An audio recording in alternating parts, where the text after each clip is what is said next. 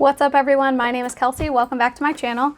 Today we are doing a you need to read video. If you want background on why I do my reviews like this, I'll link it up there.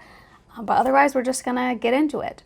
So today I'm going to give you 3 reasons to try and convince you that you need to read Vampires Never Get Old, Tales with Fresh Bite by Zoraida Cordova and Natalie C. Parker, or edited by them. This is an anthology that features a bunch of different superstar authors. And I've never done one of these videos for an anthology before, so this is a new experience for me. I wasn't sure how to put this together because typically I have 3 reasons about one whole story, but this time we have 10 different stories. So I'm going to talk about one thing I liked about the collection as a whole, and then 2 of my favorite stories in the collection. First up, the first story in this collection is 7 Nights for Dying by Tessa Gratton. I gave the story 5 stars. It's the first one in the collection, and it was a great way to start things off. This is about our main character, who is a 17-year-old girl who has been given an offer of eternal life from a vampire she met at the coffee shop she works at. She basically has 7 nights to decide whether or not she wants to die and lose her regular mortal life and become a vampire and live with these new people and leave behind her old life completely. The best part of this story is the characterization, for sure. Tessa Gratton did an amazing job with this main character. There's so much introspection in such a short amount of time. It's really impressive, and she's dealing with so many complex, conflicting emotions that have to do with so much more than just the immediate circumstances. Also, this main character is bisexual or some sort of multi-gender attracted, and that rep was amazing. I think it was an excellent job. I'm pretty sure the sapphic rep is HearOurVoices, so that makes sense. But I really loved the way she talked about how grief and anger and compassion all overlap, how those emotions can all really stem from the same circumstances and be expressed in different ways. And I'm gonna put up a screen real quick of one of my favorite lines from the story.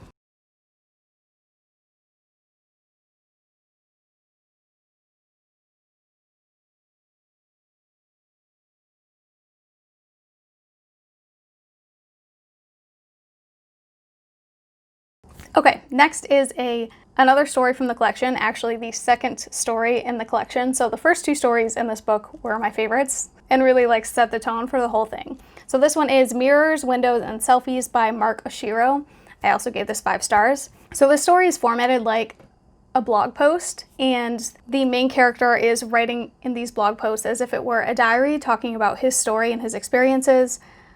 He's a teenager that has never seen what he looks like. He is the child of 2 vampire parents, and since he was a young kid, his family told him that he shouldn't exist and it should be impossible, and in order to keep him safe, they keep him hidden away. So this boy has never seen his reflection, he's never seen a picture of himself, and he is desperate to see himself. He wants to know. So that is really his overarching driving force throughout this story. As he is talking about what he's going through and all the steps he's taking in order to finally see himself, he's uncovering secrets that his family is keeping from him, and maybe finding that there are other people like him. And really, the best part about this story, and it's very obvious, it's very thinly veiled parallels between vampirism and being queer. It's woven into every bit of the story, but I thought it was super well done. And obviously, the prospect of seeing yourself and this boy's desire to see himself is another very clear parallel between knowing there are people like you. So I really loved that one.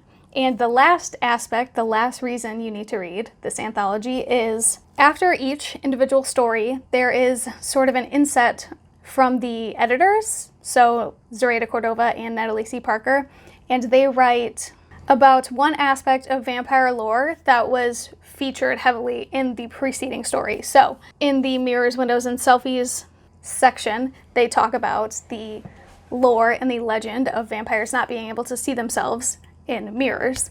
And that comes after every story, and it's just a super interesting way to to break up the fiction. A lot of times in anthologies, the stories feel like they run together because you're reading them one immediately after the next. But these little breaks are nonfiction, and they're a great like palate cleanser between fictional stories.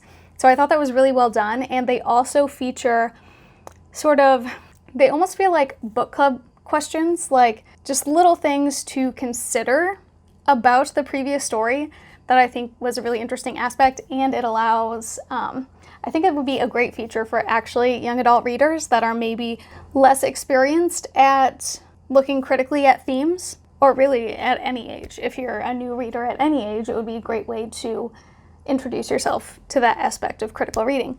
All right, that's it for today. I hope these 3 reasons convinced you to read Vampires Never Get Old. Overall, this collection got 3.5 stars for me, but 3 of the stories were 5 stars, and I am actively still thinking about them.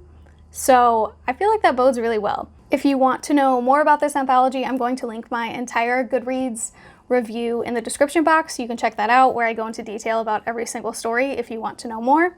All right, if you like this video, hit like. If you want to see more, subscribe. I post book-related videos every Wednesday. If you want to keep talking, you can find me on Twitter or Instagram at Kelsey Reads, or Goodreads at Kelsey Lynn Reads. Otherwise, I'll see you next week.